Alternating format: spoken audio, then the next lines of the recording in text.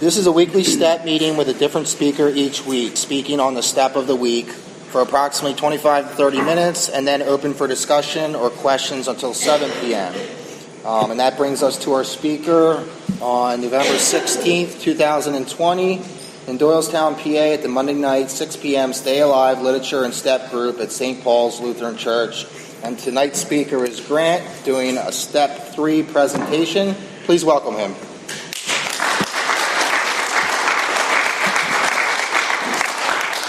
Hi, my name's Grant, and I'm an alcoholic. It's funny you mention a presentation because typical alcoholic thinking, these grandiose ideas, a week ahead of time, starting to think too much about what I'm going to say and have a presentation, right? Bring a TV, start doing PowerPoints. I learned a long time ago that I just need to set all that stuff aside and just let God take over. And maybe that's sort of the start to this talk. It wasn't too long ago that I was in these rooms sitting in the back and I couldn't put my hand up. I knew I needed to put my hand up, and I knew I needed to get involved. And some of you know me and know me during that time period. And I couldn't. And I suffered for a long time that way. And then something changed. So I hope to get into that here tonight. It wasn't long after that something that changed that I was up here sitting at this table and chairing a meeting, which was a miracle in its own, right?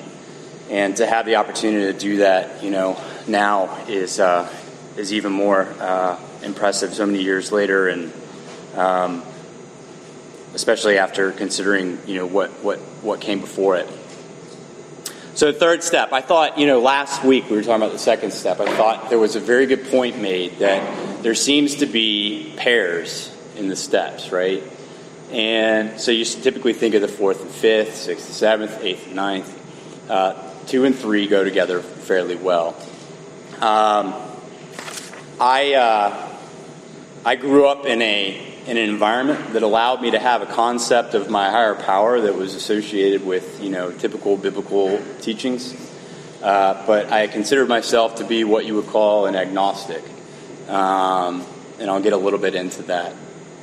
But before I go there, I just want to take a step back.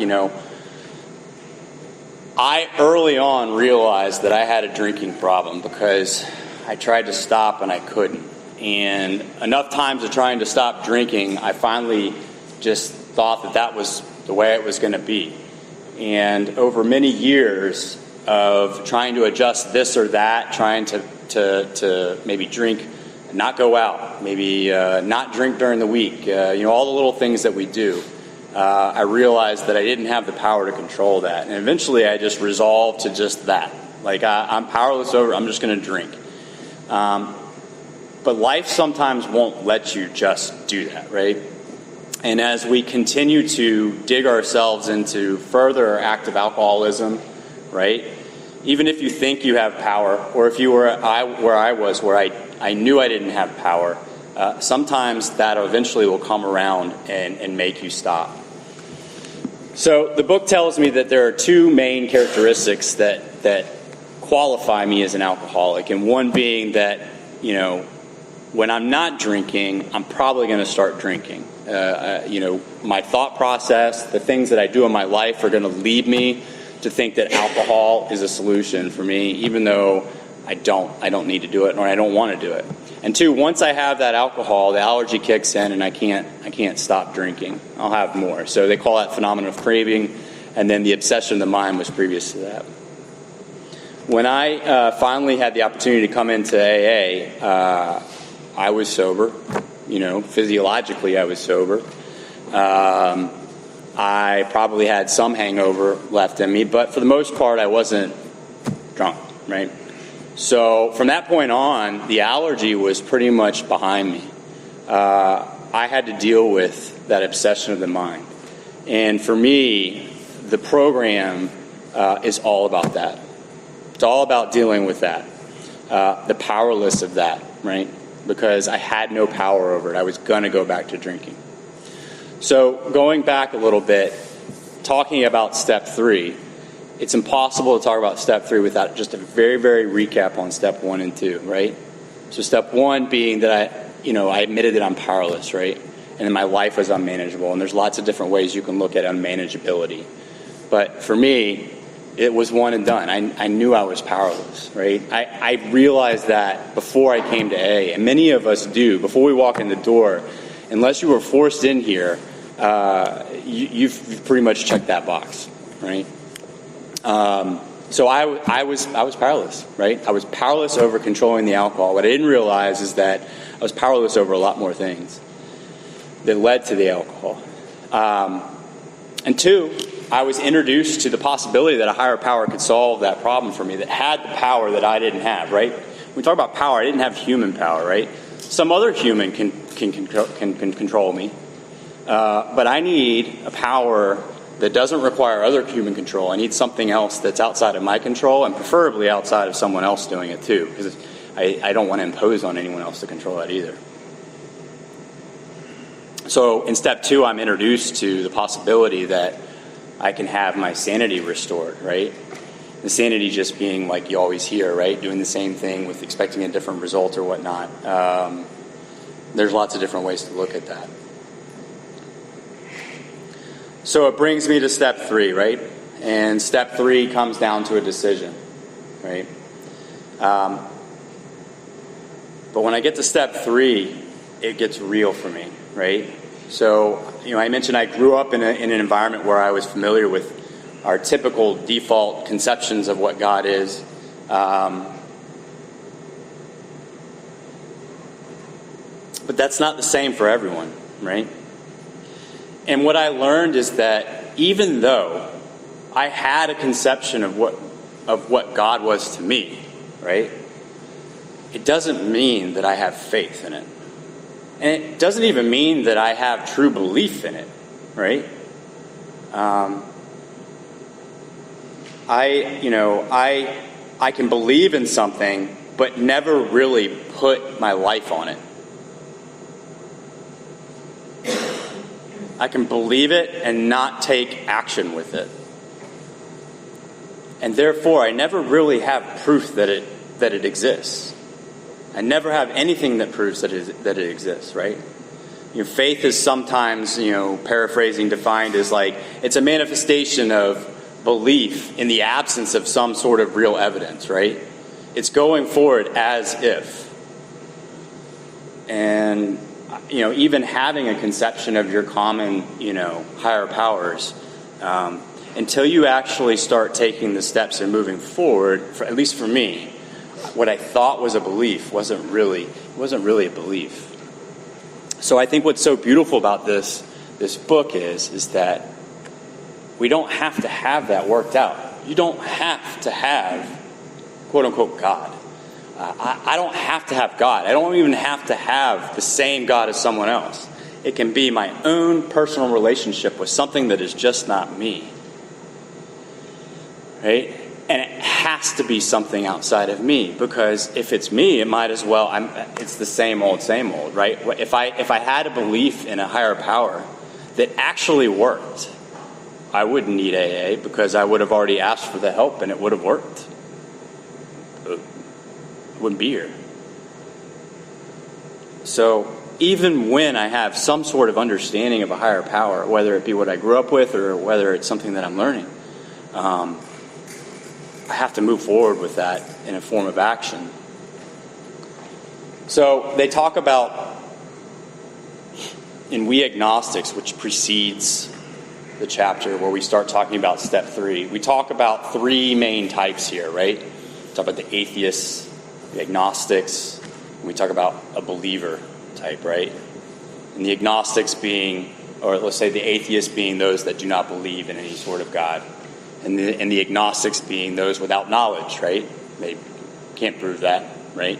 Or it may be people like me who came in and had a concept of what a God is, what a higher power is, because of what I was fed throughout my younger life. And I knew the rules that I had to follow, and what is good behavior and what's bad behavior, and what to do when I got in trouble, and what, and all that. But I didn't really have evidence of it, right? I just knew I was book smart, right? I didn't have working evidence of it.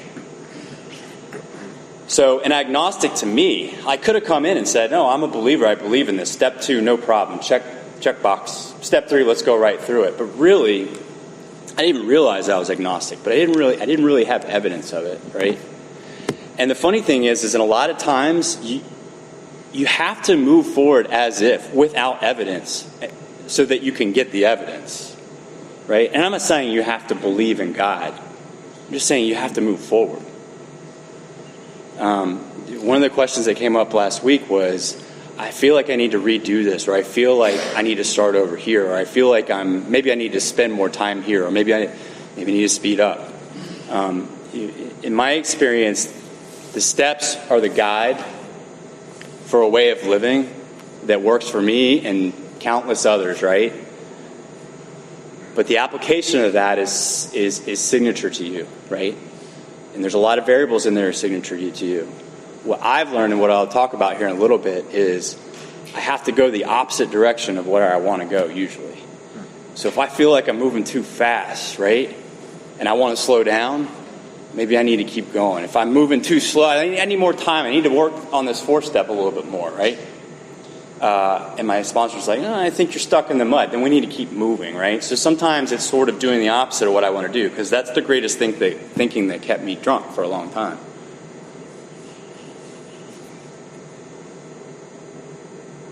So belief and faith, right? So sometimes I have to act in order to gain the evidence to support the faith, right? So step 2 and step 3 working together essentially are introducing us to the possibility that there's something out there that can restore me to sanity, right? And if it's not me, there's a good chance that it can do it. I once was introduced to a story where they were showing me a guy walking on a tightrope across 2 buildings. And he's walking across a tightrope, and that's great. There's a big crowd. And then he comes back over, and someone hands him a chair. And he puts the chair on the tightrope, and everyone's cheering for him. And then he gets on the chair, and everyone's cheering for him. And he starts building up this belief confidence that this person is qualified to do this, right? To do all that. Next thing you know, they're bringing out even more furniture, and they got a whole living room in there, and he's standing up on one hand, whatnot, right? So if I'm in the audience and I'm seeing that, I've witnessed enough to believe that he can do it, right? So then they cut to the next scene where the guy walks over and he says, "Who wants to come out?" Right? And no one's cheering anymore, right? No one wants to take that step, which is, I believe you can do it, but I don't have faith that you can do it with me on you, right? So what I learned early on is that there's a big gap between belief and faith, and it comes with action. And it's scary in the action, but I'll never have evidence of a higher power working in my life unless I take that step. And that's scary. The good thing is what I've learned in this book here is that with the Oxford group, we had a lot of experience, and early on we had a lot of experience. They saw this, right? And there's a lot of different scenarios that come up. You have a lot of people that say, I don't believe in God. There's no way I can have faith in God. You don't know what I had to deal with. And I think it's a beautiful thing, because they've crafted a masterful piece of literature here that I think is able to reach out and handle all the different types of people that come in, whether you believe in God or not. And I think it works. I think it works well. And one of the biggest things that even someone who had somewhat of a concept, being an alcoholic, I cover up a lot of anxieties that I had over my past, right? And the anxieties I had led me to drink to cover up these things. I also liked to adopt other people's views. If this was the thing that was hot and popular, I'm more likely to adopt it, right? So if someone's telling me to do this, I'm like, great, you told me what to do. It's easy. I'm doing it. That's the thing that's working. So adopting someone else's God worked for me. But it wasn't mine, right? It wasn't mine. And when we get into working the program, it's very important that we have something that we can trust in. And so early on, I was introduced to the concept of creating my own concept of God, right? Something that I was comfortable in, something that I could look to and feel silly if I was like maybe getting on my knees or something, or talking to her or whatever. And I learned that that's all was required. It doesn't even need to be God. It just needs to be something external. Couldn't be me. I am a subscriber of the good orderly direction, group of drunks. I am a subscriber of that. I think anything that keeps us sober, in alignment with the steps, is a good thing. Like I mentioned before, go the opposite direction. That's sort of mine right now. It works, right? For me, go the opposite direction. But it has to be something that I feel comfortable in, a concept of my own, right? And all it needs to be is something that I can start with. So what I'm getting here is that step 3 talks about decision. Because step 1 and 2, we have to be willing to admit that we are powerless. Otherwise, there's no point in trying to find another power. And 2, I have to have some sort of belief that something else can work here. So that eventually I get to step 3 and I can make a decision about it, right? It doesn't mean that I have to believe in God in step 3. It just means that I need to take a serious look at this and say, am I willing to believe in something? And am I willing to do something about this and take action on it? It's a decision point. I love the 3rd step prayer that's in here. If you go to some meetings, they'll read it. I actually have it. My wife has it printed on some sort of artistic calligraphy, and it's framed in our bedroom. It's become a ritual of ours that every morning when I get up to say that prayer in the morning. I used to say the 3rd step's the hardest part because I keep forgetting what decision I made in the morning. And even with a little bit of sobriety, you need to humble yourself and take direction from others, and it's entirely incorrect. The third step's a decision. Now I need to make that decision.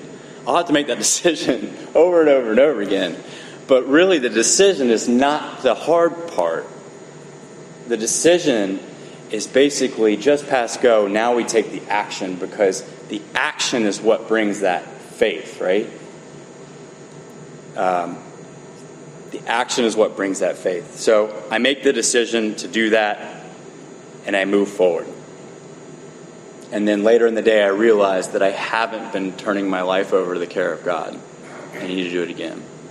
I need to do it again. I need to do it again. If I'm doing that a lot and I'm lost in my thought life, it probably means that I have more work to do elsewhere. Probably not doing enough work in the nightly inventory. Probably not doing enough work in other areas. It's a decision that we can make and we can move forward. And all it is a decision. It's just, let's make a decision to move forward. As an atheist, am I willing to believe that there's the possibility of something out there? It could be my own conception. I'll create it right here and place it right next to me. My dad passed away a long time ago, and early on, my personal creation of God was my dad standing over my shoulders, right? That's it, right? As an agnostic like I was, it's just moving it one step closer, right? Am I willing to believe? Am I atheist? Am I willing to say, yeah, there's a possibility there? Am I willing to move a little bit closer? And then, am I willing to make a decision to do this? Right?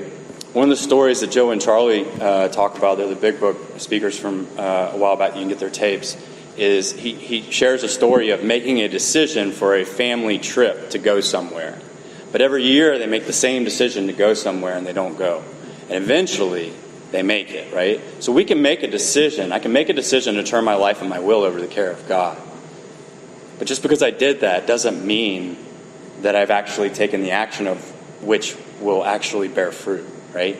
So a lot of times we get hung up on step 3 because we don't want to make the decision. But you can make the decision and still have poor results, right? And so the action part of it is where the fruit comes. And that's where the faith starts to grow. From belief through action comes faith, and then we continue in that continuous circle.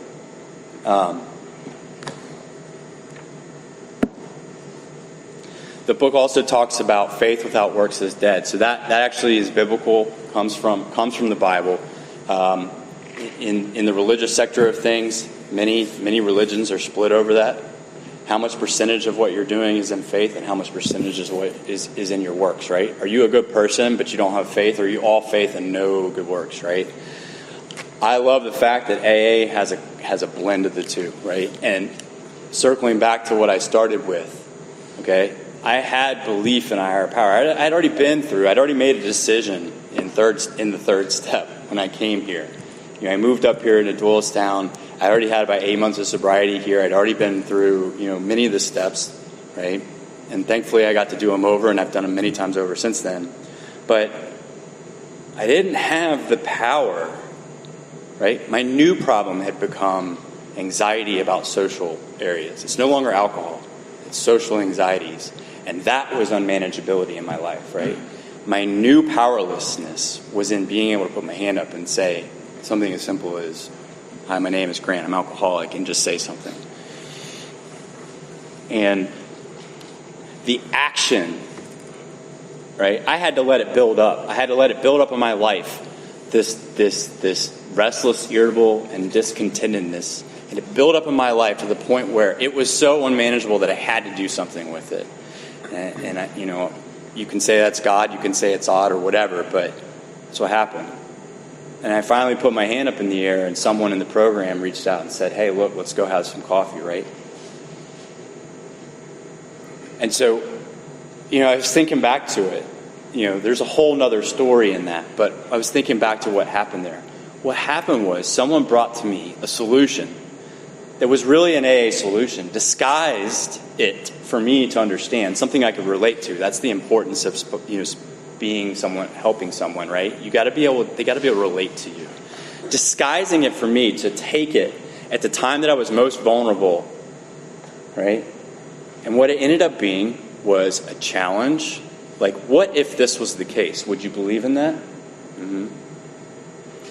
If I gave you a challenge, would you decide to follow it? Would you do that? He gave me a decision point. At the time, I didn't have faith that it would work. I just said, I want this bad enough. My life is unmanageable. I'm powerless. Thank you, please, let's do that.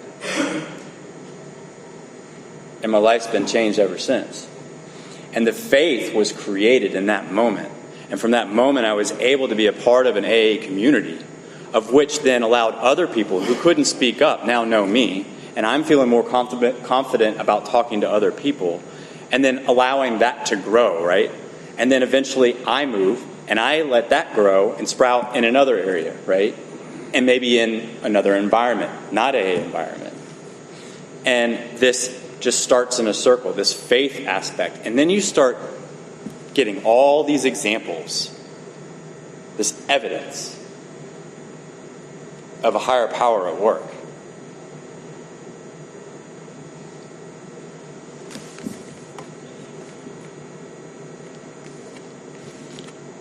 So,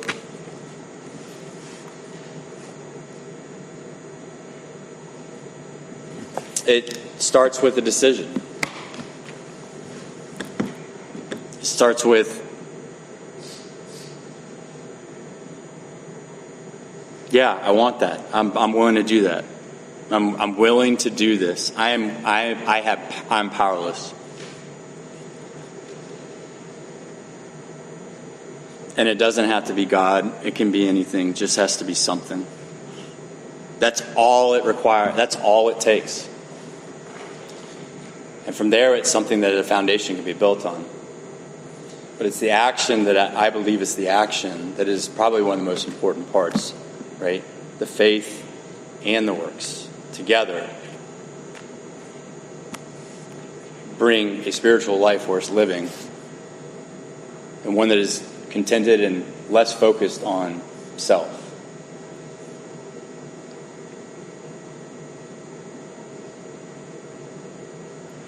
So I'm just going to close with the prayer, and then I think we'll open it up. Okay? So it says, and we are now at step 3. Many of us said to our Maker as we understood him, to my dad maybe, Dad, I offer myself to thee to build with me and to do with me as thou wilt. Please relieve me of the bondage of self that I may do thy will. Please take away my difficulties that the victory over them may bear witness to those I would help with thy power, thy love, and thy way of life. May I do thy will always. Amen. That's all I got. Thanks.